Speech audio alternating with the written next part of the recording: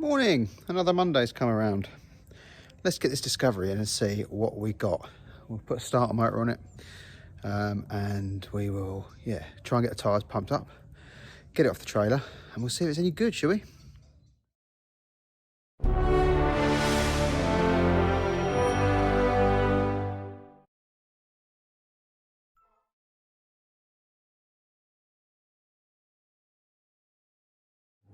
Okay, so first job was to get it off the trailer and to get some air in the tyres. So whereas that one was flat and this one was off the rim, we've managed to get them all pumped up, so that's a start.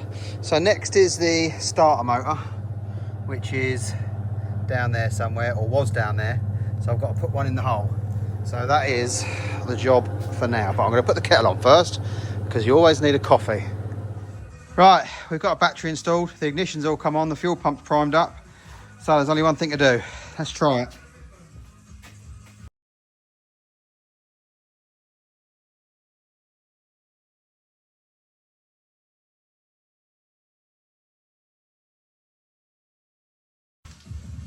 Right, the key's flashing, but the immobiliser isn't going off.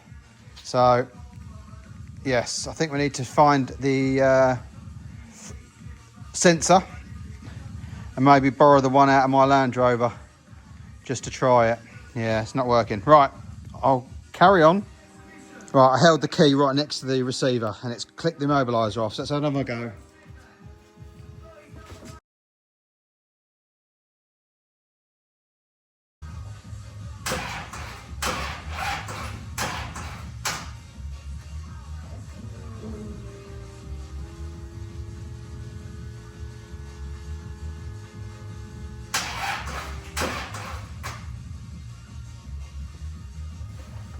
Right, I don't think the battery connection or the battery's good enough, so let's get some jump leads on it.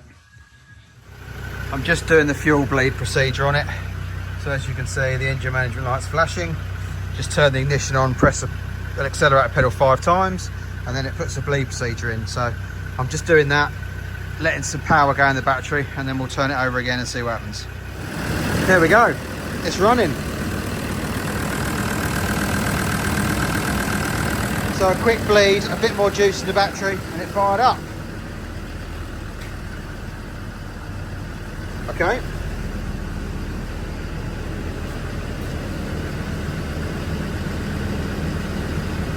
Yeah. So let's disconnect the defender, get it on the floor, and we'll see if it drives now, I suppose. Right, I might need a tetanus in here, but the engine is really quiet, sounds nice. Right, in first gear.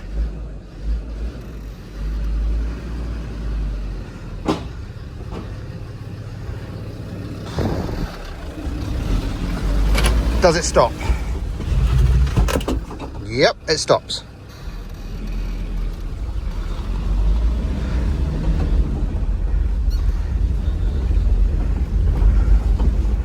I mean, this is all a bit odd. Why would you scrap this? I mean, I know it's rotten in here. It's going to need some work.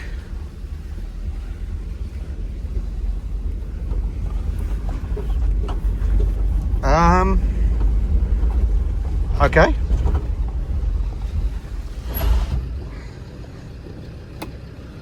I don't understand. Do they not know about Land Rovers? You'd think if they were taking bits off this to put on their other one, they'd know about Land Rovers. I don't understand. Listen to it. Sounds lovely. Okay, I'm confused. Right, so the question is now, what do we do?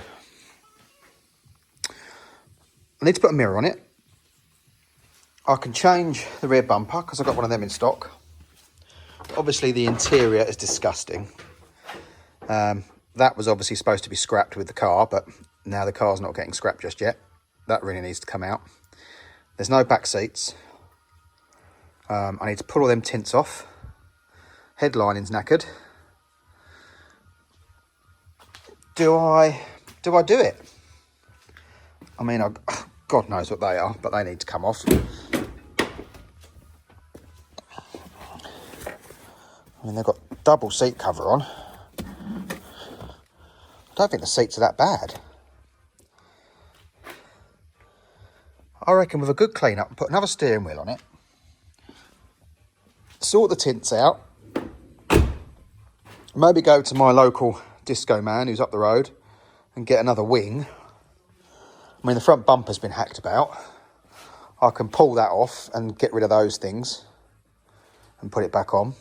Give it a good clean, clear all that crap off the top. Yeah, it's bizarre. I can't work it out. I don't know.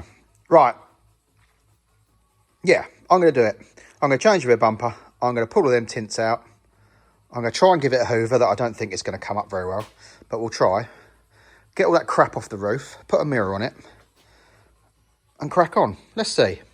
Okay, so we've taken them god-awful tints out. So we've now got clear glass. We've taken the horrible stickers off the front windows. Although this one, the window went down now, won't go back up. So I can hear the relay clicking, so the switch is obviously doing something.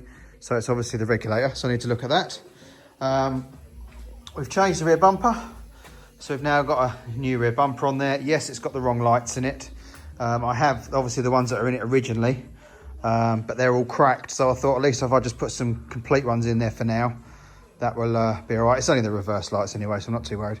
I've just lubed up the handle because this was stuck, so obviously pop the badge off, just spray it all in there and work it back and forth, and we're now working absolutely fine. So that badge can go back on. So yeah, we've got an adjustable tow bar, which is nice, Dixon Bake one.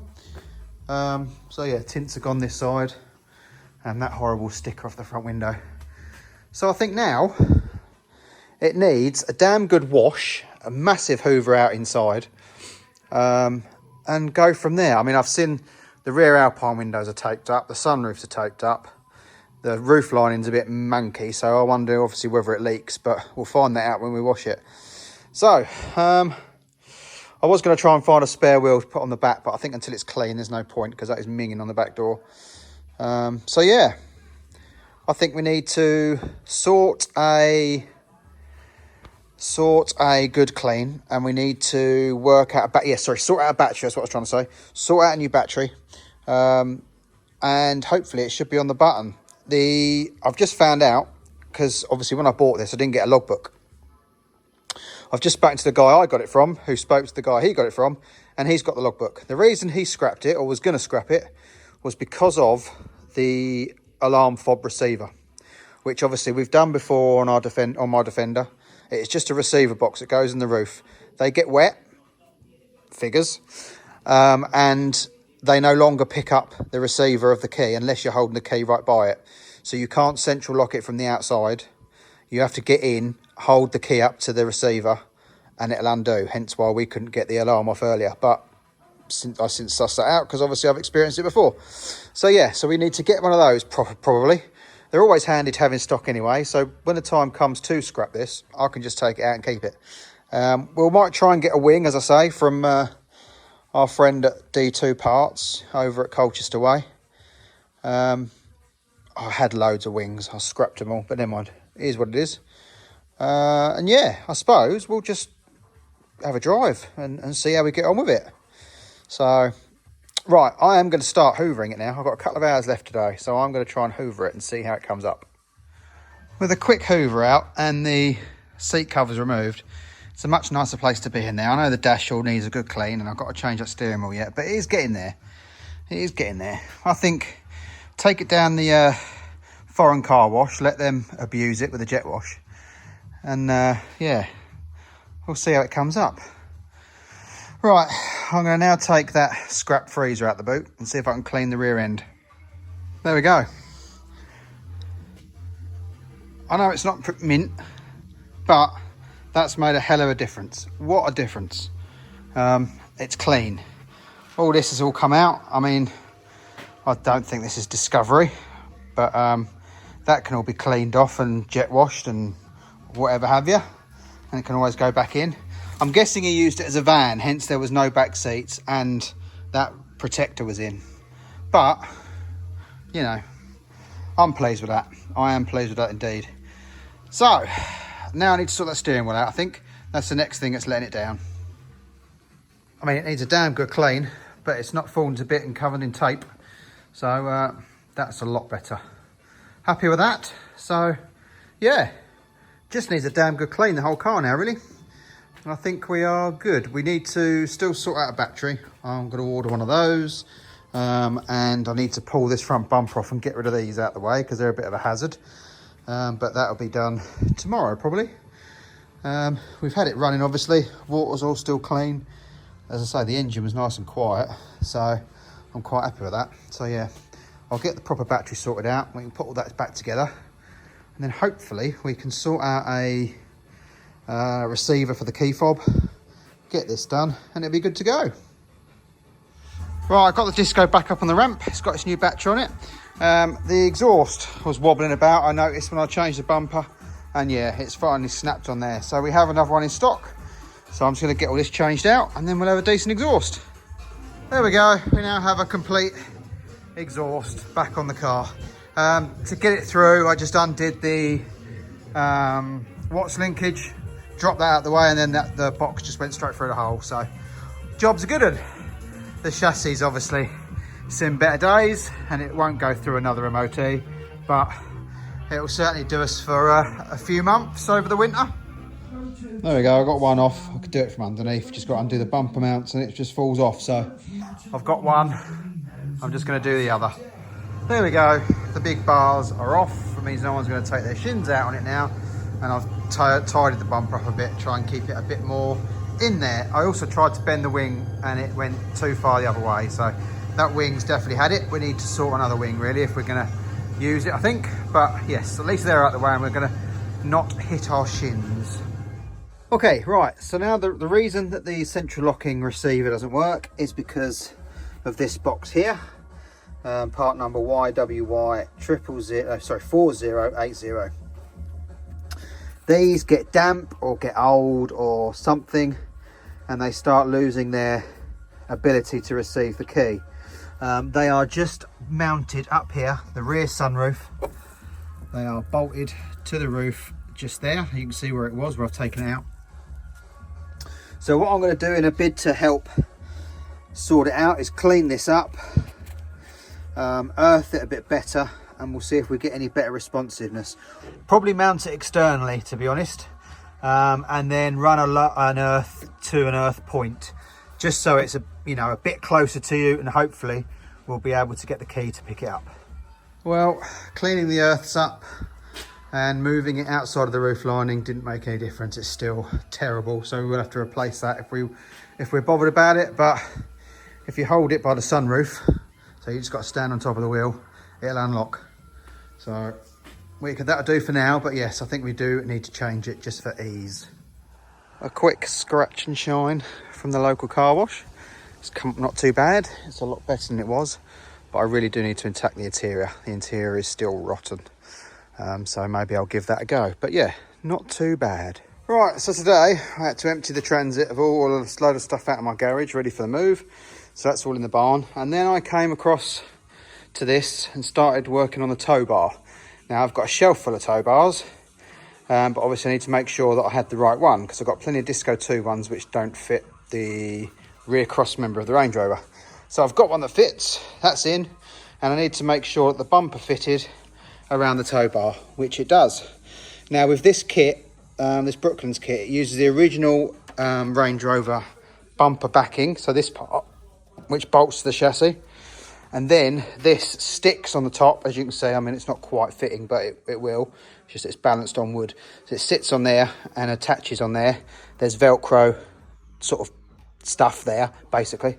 So it attaches there and then bolts up to the wheel arches and the inner arches, sorry, the outer rear arches, sorry, as you can see that stud there. So it was just to make sure that the tow bar fits, the cutout works, which it does. So that tow bar we will keep. It's a Dixon bait one, so it's adjustable. Unfortunately, it's going to rattle like hell, but it gives us the option then anyway. So at least we know that that one fits. So that's that job sort of checked and done. So we can take this bumper back off now, take the tow bar back off, and then we can have that blasted when the chassis goes back as well. So then that can come back all nice and clean. So, right, find something else to do now.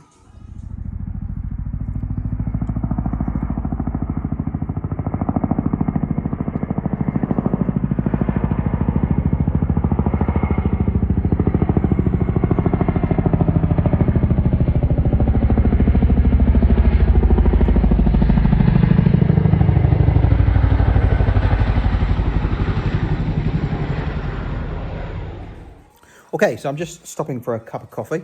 I realised that I've gone through the video and I haven't mentioned about going to see the search and rescue people. I went on Sunday in the end. I think I said that they changed it at the last minute because of the lady that was missing nearby. So yeah, so I went to their training day and met their 4x4 ops team.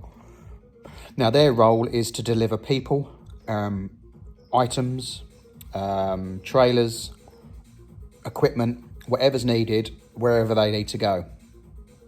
Now, obviously, my truck isn't ideal for carrying people, but they have found a use for me if I use the Defender.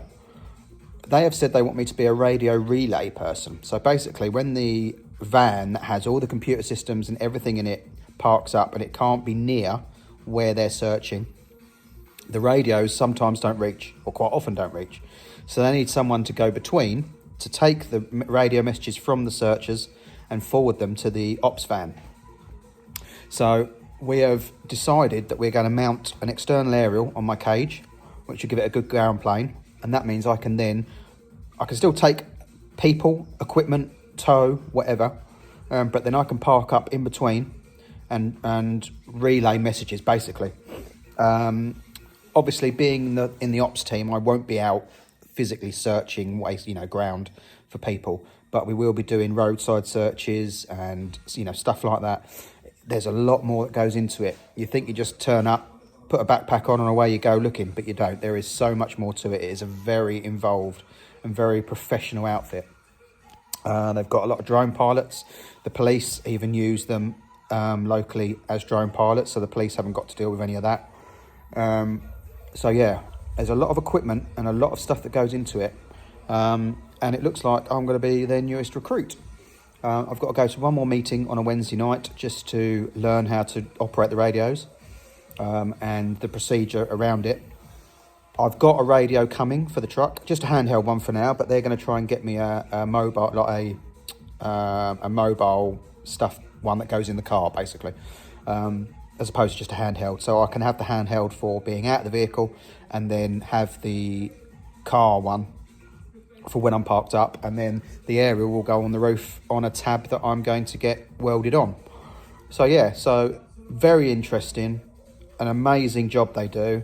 They have found so many people in so many different situations, whether alive or deceased, unfortunately, but that's the nature of the game. People sometimes go away to end their life. So it can be a heartbreaking, but I think it'd be a very rewarding role. Obviously fully volunteered, no payment or anything like that. I'd have to pay for all my fuel and stuff like that, but that's all part of it. That's what you sign up for. So I think that's what's going to happen. As I say, I have ordered a radio for the frequencies they use, and I'll get to that meeting on a Wednesday, and then hopefully we'll be on call out from then on. I've also this morning been asked if I would like to become a Green Lane Association area representative. I have requested more information because obviously I can't spread myself too thin, but any excuse to get out Green Lane, in, even if it is just to go around all the lanes and just check they're all obstruction free and safe to use. So I'll update on that as well. So yeah, so I just thought I'd give you a quick update on what happened at the weekend. Right, so the Disco 2. I know it's got damage on it. It's been green laned, it's been done whatever it's done, but it's come up okay. I had it cleaned last night. Didn't seem to have loads of water ingress, so whether the tape is stopping it or whether that's just an overkill, it doesn't actually need it, but still. So yeah, The three amigos come on this morning, but then when I turned it off and back on, they went off. So I don't think it's an ongoing problem. It was just over a big bump. So yeah, but I think it's going to get stripped. I think I'm going to keep it for a little while and then take the bits off I need. I've just had a price from the local breaker of D2s, and it was far too much money. It was more than what, for just the anti-roll bars on their own, was more than what I paid for this. So yeah, I need the non-ace anti-roll bars. I need all the bottle, the single bottle, and I also want a full car loom. So I think this will meet its maker eventually. But for now, it can stay complete. It starts, runs and drives. Obviously I can use the battery on the Range Rover, so I'm not too fussed about that. I know I put a rear bumper on it, but hey, that took what, half an hour? So that can always come off again. So yeah, I think that's going to be the plan. I might run around in it, I might not, I don't know, we'll see. So anyway, that's the update on this. I've pulled the Smart in because I've not got any washers.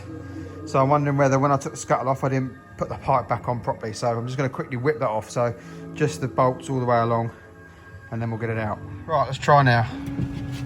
Ah, there we go. Excellent.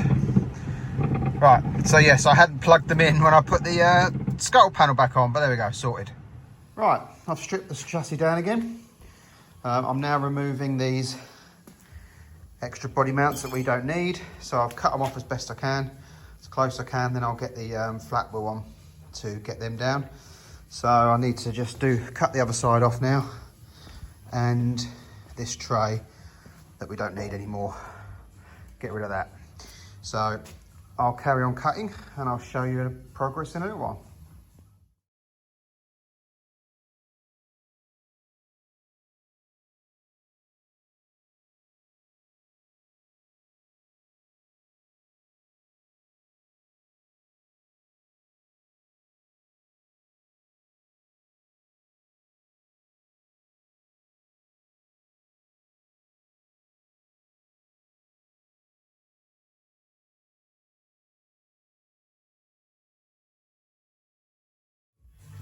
There we go, cut off, grind it back, and now smooth. So I've just got to do the one bit the other side, and then that is done. And then what we need to do is flip it over. Well, take all the bits off the top, like the plastics, and then flip it over, because the cross member bolts are snapped, so we need to drill them out, ready to take new bolts when the new cross member goes in. So, right, carry on. And there we go, that side is all smoothed off now as well. So once that's blasted and galved, you won't know they were there. So yeah, I need to go around, as I say, get all the bits off the top of the chassis, and then I need to rotate it in order to clear out the snap bolts for the cross members.